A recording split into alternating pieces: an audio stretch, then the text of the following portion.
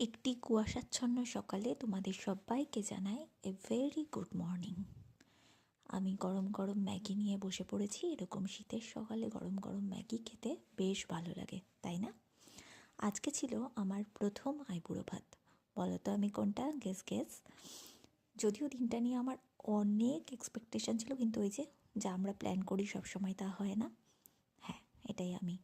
কিন্তু একদমই গুছিয়ে সবটা করতে পারিনি। ভেবেছিলাম সুন্দর করে ভিডিও করব, বাট কোনোটাই করে উঠতে পারিনি। এই হলো আমার বন্ধুবান্ধব, এবং আমাদের এই 4 জনের একই দিনে বিয়ে, তাই বাকি 3 জন মিলে একটা গ্র্যান্ড সেলিব্রেশনের আয়োজন করেছিল। আর রাতে চলে গিয়েছিলাম আরও একটা আইবুড়ো ভাত খেতে, যেটা ছিল আমার অনেকটা ছোটোবেলার স্কুলের এক বান্ধবীর তরফ থেকে।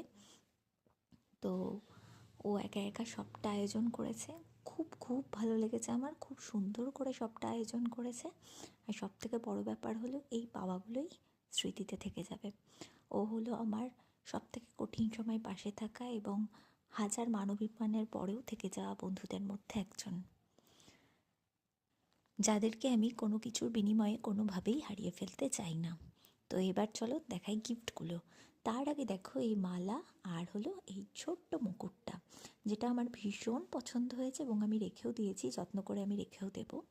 আর এই যে লাল চাদরটা দেখতে পাচ্ছ, এটা হচ্ছে দুপুরবেলা যে 3 জন বান্ধবী মিলে অ্যারেঞ্জ করেছিল তাদের পক্ষ থেকে।